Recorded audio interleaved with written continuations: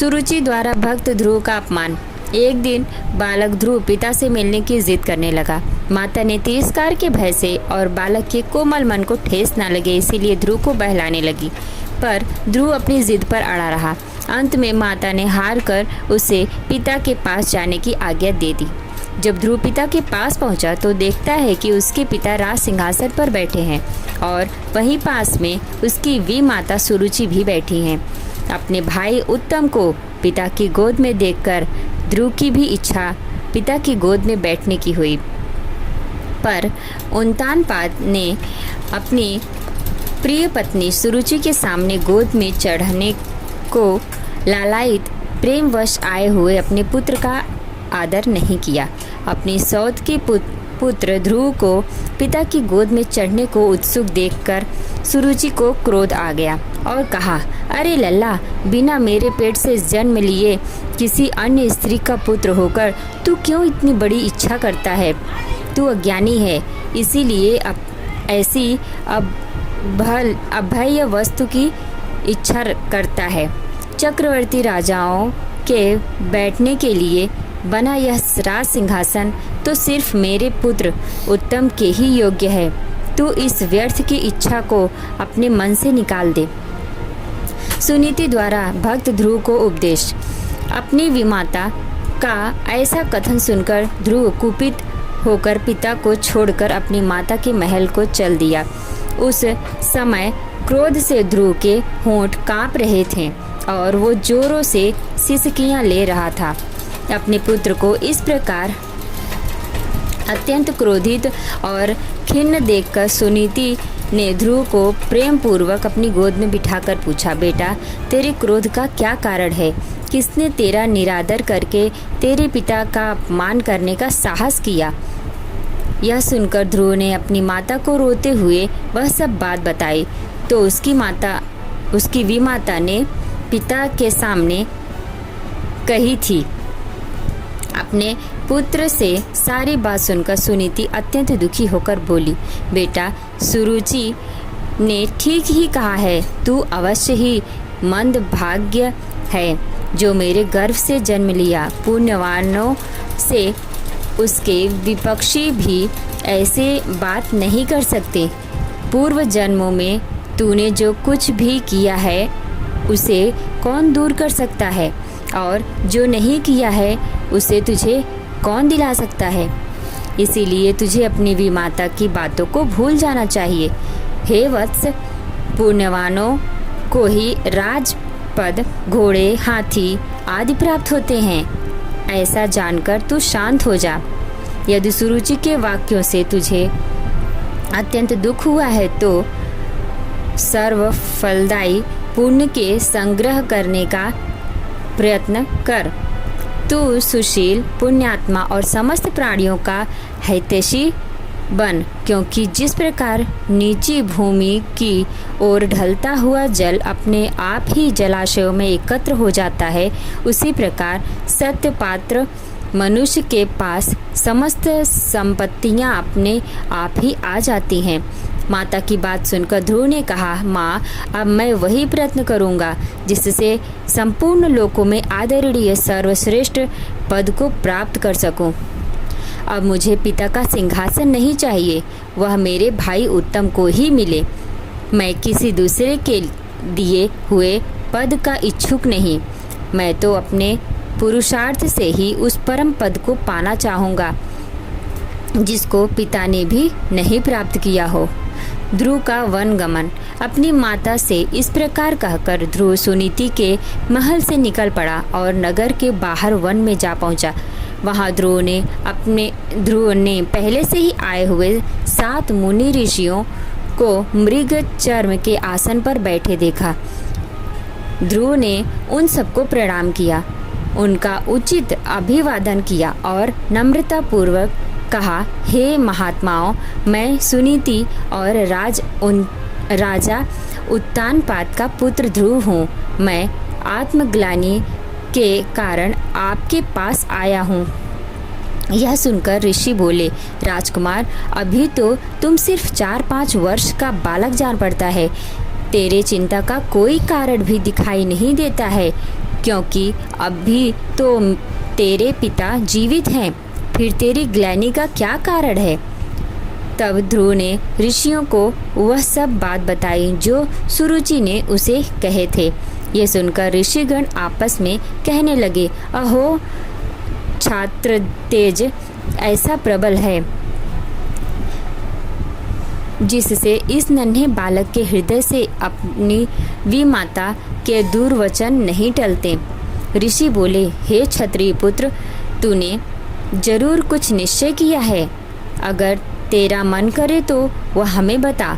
हे तेजस्वी, हमें यह भी बता कि अब तेरी क्या सहायता कर सकते हैं। ध्रुव ने कहा, हे मुनिगण, मुझे न तो धन की इच्छा है और ना ही राज्य की। मैं तो केवल उस स्थान को चाहता हूँ जिसको पहले किसी ने ना भोगा हो। हे मुनि श्रेष्ठ, आप लोग बस मुझे यह बता दें कि क्या करने से मुझे वह श्रेष्ठ स्थान प्राप्त हो सकता है। ध्रुव के इस प्रकार के प्रश्न पूछने पर सभी ऋषिगण एक एक करके ध्रुव को उपदेश देने लगे।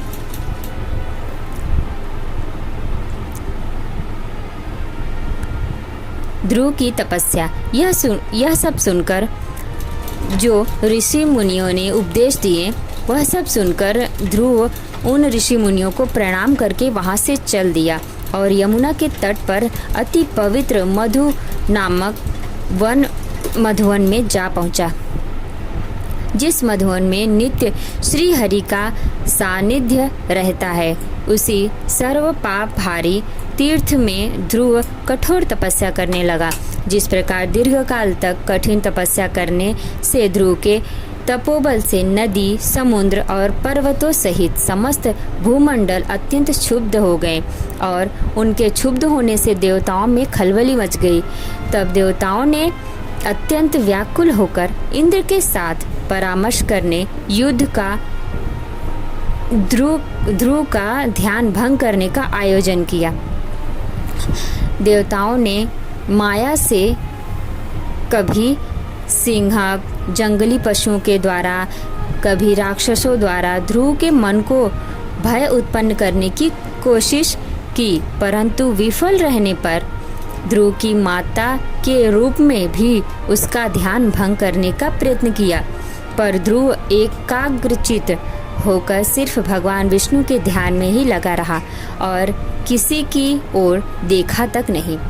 जब सब प्रकार के प्रयत्न विफल हो गए, तब देवताओं को बड़ा भय हुआ और सब मिलकर श्री हरि के चरण में गए। देवता बोले, हे जनार्दन, हम उन्नपाद के पुत्र की तपस्या से भयभीत होकर आपकी शरण में आए हैं।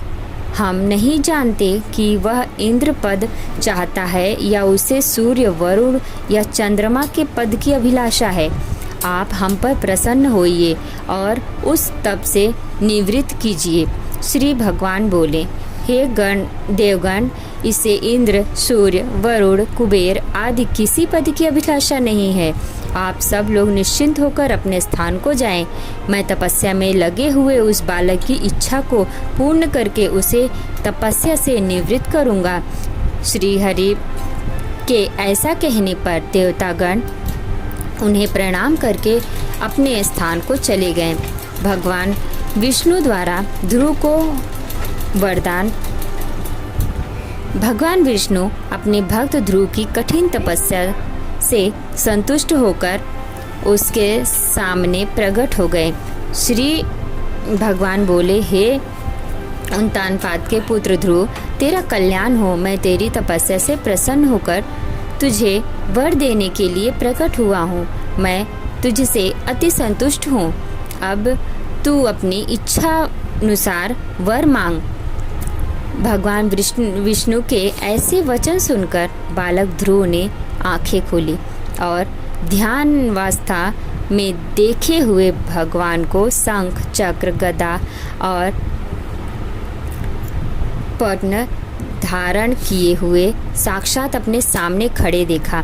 तब उसने भगवान को साष्टांग प्रणाम किया और सहसा रोमांचित तथा परम भयभीत होकर भगवान की स्तुति करने की इच्छा की, पर इसकी किस प्रकार स्तुति करूं, ये सोचकर ध्रुव का मन व्याकुल हो गया। ध्रुव ने कहा, भगवान, मैं आपकी स्तुति करना चाहता हूँ, पर अपने अज्ञानवश कुछ नहीं कर पा रहा, अतः आप मुझे इसके लिए बुद्धि प्रदान कीजिए। तब भगवान विष्णु ने अपने शंख से ध्रुव का स्पर्श किया। इसके बाद क्षण मात्र में ध्रुव भगवान की उत्तम प्रकार की स्तुति करने लगा। जब ध्रुव की स्तुति समाप्त हुई तब भगवान बोले, हे ध्रुव, तुमको मेरा साक्षात दर्शन हुआ है, इससे निश्चिंत ही तेरी तपस्या सफल हो गई है। पर मेरा दर्शन तो कभी निष्फल नहीं होता, इसीलिए तुझे जिस वर की इच्छा हो वह मांग ले। ध्रुव बोला, हे भगवान, आपसे इस संसार में क्या छिपा हुआ है? मैं मेरी सौतेली माँ के गर्वीले वचनों से आघात होकर अपनी तपस्या में प्रवृत्त हुआ हूँ, जिन्होंने कहा कि मैं अपने पिता के राज सिंहासन के योग्य नहीं हूँ। अतः हे संसार के रचने वाले परमेश्वर, मैं आपकी कृपा से वह स्थान चाहता हूँ जो आज तक इस संसार में किसी को प्राप्त नहीं हुआ हो। हे भगवान, श्री भगवान बोले, वत्स, तूने अपने पूर्व जन्म में भी मुझे संतुष्ट किया था, इसीलिए तू जिस स्थान की इच्छा करता है वह तुझे अवश्य प्राप्त होगा। पूर्व जन्म में तू एक ब्राह्मण था और मुझ में निरंतर एकांचित रहने वाला माता पिता का सेवक तथा सर्वधर्म का पालन करने वाला था। बाद में एक राजपुत्री से तेरी मित्रता हो गई। उसके वैभव को देखकर तेरी इच्छा हुई कि मैं भी राजपुत्र हूँ।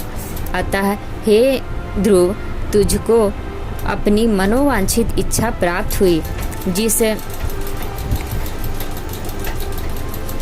जिस स्वयंभू मनु के कुल में किसी को स्थान मिलना अति दुर्बल है, उन्हीं के घर में तूने उन्नतान पात के यहाँ जन्म लिया है। जिसने तुझे संतुष्ट किया है उसके लिए इस संसार में कुछ भी असंभव नहीं है। मेरी कृपा से तू निश्चित ही उस स्थान को प्राप्त करेगा जो त्रिलोकी में सबसे उत्कृष्ट है और समस्त ग्रहों और तारामंडल का आश्रय है। मेरे प्रिय भक्त ध्रुव, मैं तुझे वह निश्चल ध्रुव स्थान देता हूँ जो सूर्य, चंद्र आदि ग्रहों, सभी नक्षत्रों और सप्त ऋषियों से भी ऊपर है। तेरी माता सुनीति भी वहाँ तेरे साथ निवास करेगी और जो लोग प्रातः काल और सायंकाल तेरा गुणगान करेंगे उन्हें महान पुण्य प्राप्त होगा। धन्य है ध्रुव की माता सुनीति, जिसने अपने हितकर वचनों से ध्रुव के साथ साथ स्वयं को भी सर्वश्रेष्ठ स्थान को प्राप्त कर लिया। ध्रुव के नाम से ही उस दिव्य लोक को संसार में ध्रुव तारा के नाम से जाना जाता है। ध्रुव का मतलब होता है स्थिर, दृढ़, अपने स्थान से विचलित न होने वाला, जिसे भक्त ध्रुव ने सत्य साबित कर दिया। भक्त ध्रुव की कहानी से हमें यह शिक्षा मिलती है कि जिसके मन में दृढ़ निश्चय और हृदय में आत्मविश्वास हो, वह कठोर पुरुषार्थ के द्वारा इस संसार में असंभव को भी संभव कर सकता है।